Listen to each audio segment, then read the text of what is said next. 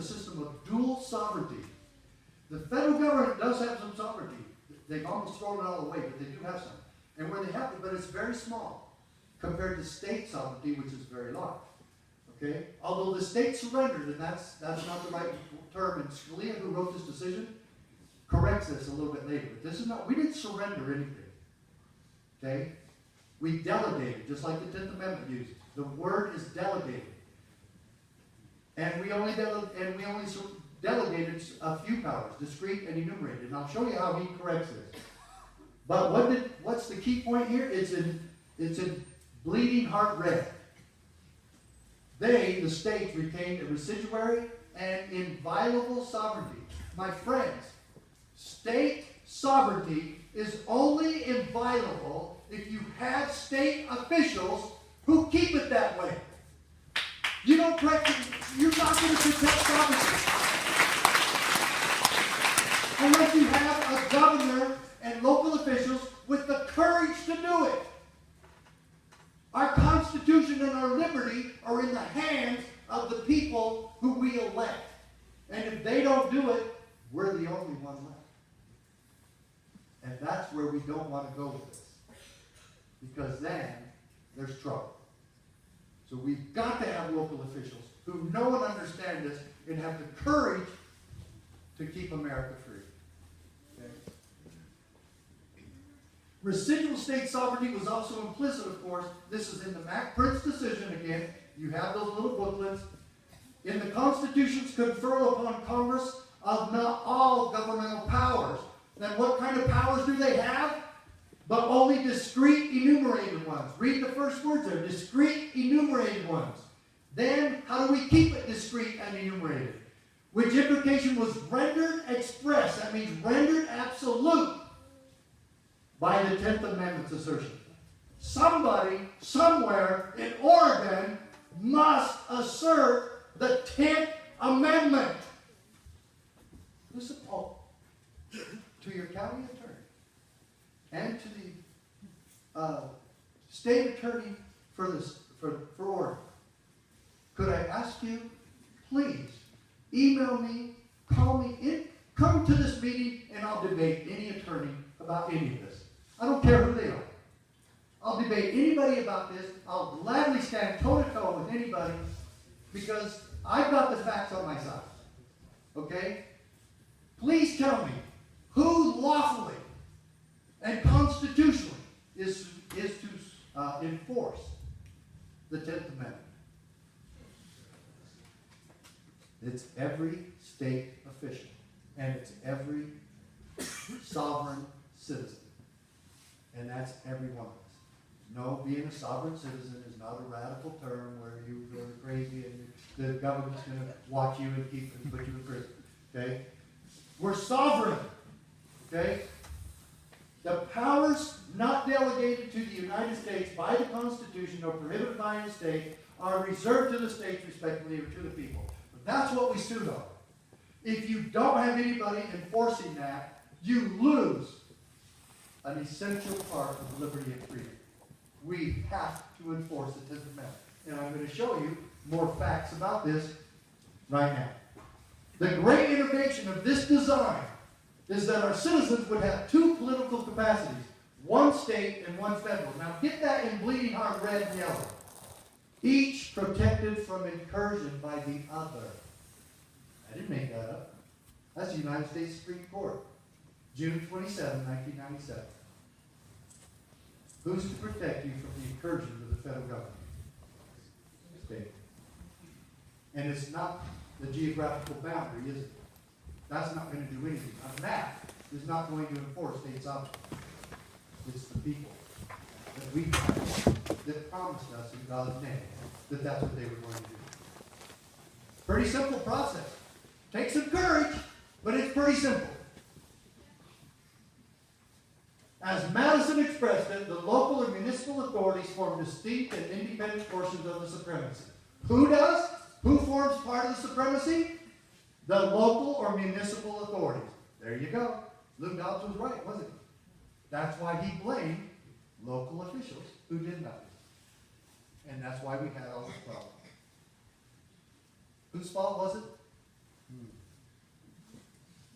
Then get this. This separation of the two spheres, and the two spheres we're talking about is the state sphere, which is this big, the federal sphere, which is this big, because it has only what? Discrete enumerated powers, as previously stated, and as the Constitution says, is one of the Constitution's structural protections of liberty. Did you catch that part? The 10th Amendment is one of our structural protections of liberty. And thanks for that shout out. Appreciate it. All right, you're welcome. So, it's only, wait, I know it's getting late. Should we just leave? Because we're not talking about anything important here. We're just talking about those structural protections of liberty things. You know, who needs it? Who needs it? You know? I'm telling you right now. I think there's a few people in Oregon who need it. We all do. And we're all going to. And this is not going to be a daily process. It's only going to happen once in a while. With Brad Rogers in Elkhart, Indiana, it's happened once or twice. In the last 7 or 8 years. It won't be every day, and if we have hundreds and hundreds of sheriffs and local officials doing this, there's no stopping it. You see the picture? We take back America, county by county, state by state. And now, get this, he gives us another solution. He gives us another equation for liberty. It's in gold. A healthy balance of power between the states and the federal government will reduce the risk of tyranny and abuse from either front. When you came to this meeting tonight, did you want to know how to reduce tyranny and abuse from the federal government? Yes. There it is. A healthy balance of power. Do we have that healthy balance today? No. Of course not. And so how do we take it back?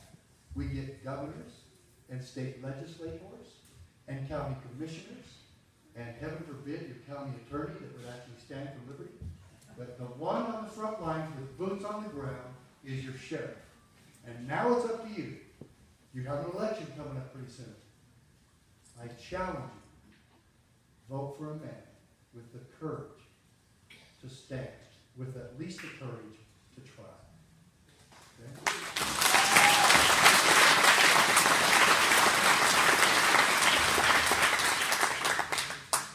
And look at this.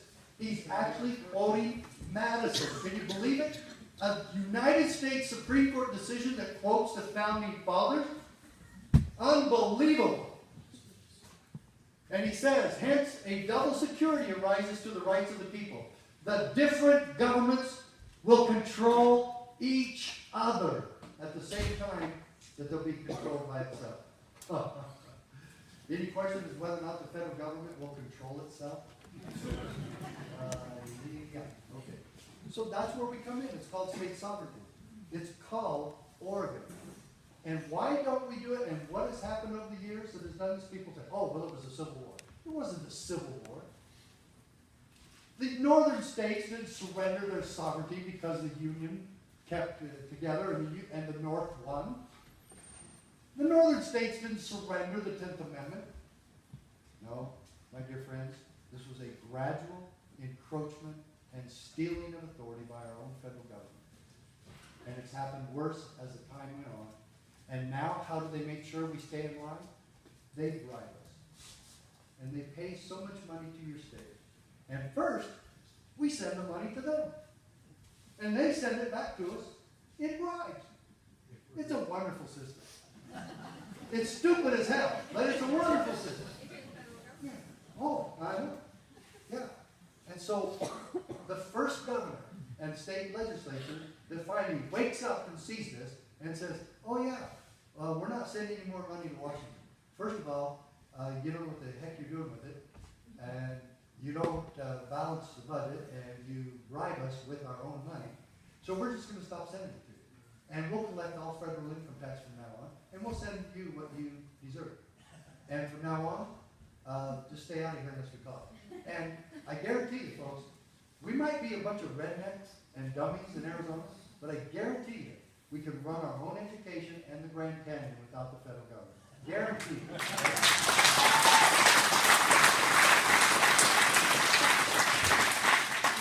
And look, they even go to the very issue that was involved in threatening to arrest sheriffs and say, we're going to commandeer the office of sheriff all over the country. What does he say? The power of the federal government would be augmented immeasurably if it were able to impress into its service, and at no cost to itself, the peace officers of the 50 states. They can't do that. But we go along all the time. Why? They give us those federal grants. And some sheriff's associations actually teach sheriffs how to get more federal grants. We teach them to not take one penny from them. Leave them alone. Don't take their filthy bribes. Because you know what? I used to say, well, these are legalized bribes. There's no such thing as legalized bribes. A bribe is against the law. Is a bribe. Okay, next. The federal government, we have, may not compel the states to enact or administer a federal regulatory program. This is from the United States Supreme Court, my dear friends. They cannot do that. But when they pay us, we'll do it. And in fact, our own governor in Arizona did it. She was completely opposed to Obamacare until the $2 billion bribe to expand Medicare in the state of Arizona. This happened to other states too. And she held a big old rally out in front of the state legislature in Phoenix. And this is how, if you've ever watched Star Wars, this is how liberty dies, with thunderous applause. And that's what she got when she took that run. She got thunderous applause. Same thing that happened in Star Wars. And it's astonishing how we copy that. But the Constitution, this is my favorite quote from this decision. This is from the U.S. Supreme Court, folks. Scalia quoted another justice in there. But the Constitution protects us from our own best intentions. It divides power, here we go, among sovereigns and among branches of government, precisely, so that we may resist the temptation to concentrate power in one location as an expedient solution to the crisis of the day. End quote. The crisis of the day. Have you heard that one before? That they fabricate and that we buy on a silver platter. The crisis of the day. Remember Rahm Emanuel? That was his motto. Never let a good crisis go to waste. I don't make any of this stuff up, folks. I'm just the messenger. Now, this is the order of the court. Start in gold. This is the last line. This is it. This is Scalia giving the bottom line order of the court in the Mack Prince case. The federal government may neither issue directives requiring the states to address particular problems, nor command the states' officers or those of their political subdivisions, the counties and cities, to administer or enforce a federal regulatory program. It matters not whether policy making is involved, and no case-by-case weighing of the burdens or benefits is necessary. Such commands are fundamentally incompatible with our constitutional system of dual sovereignty. My friends, the only way we maintain dual sovereignty is if we exercise our power as states. We are 50 united states with a small u, 50 United States. And you'll see that in some of the original documentation written by the founders. Again, I didn't make any of this up. We can be free here. We've gone way too far into this socialistic, communistic, all power belonging to the federal government when it was never meant to be that. It was never meant to be. There is no way we can let this keep going. We can rein in the federal government. Do you know that right now, who lawfully determines the breadth and length and extremity of the federal government's power? Only they do. That was never meant to be.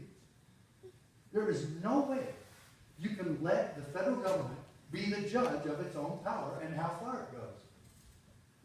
And the states are required to be a check and balance. And that's how we take it back. Just as he said, a healthy balance of power between the states and the federal government will reduce tyranny. And again, that's not a geographical boundary defending and interposing for her. It's the elected officials that we put in place here.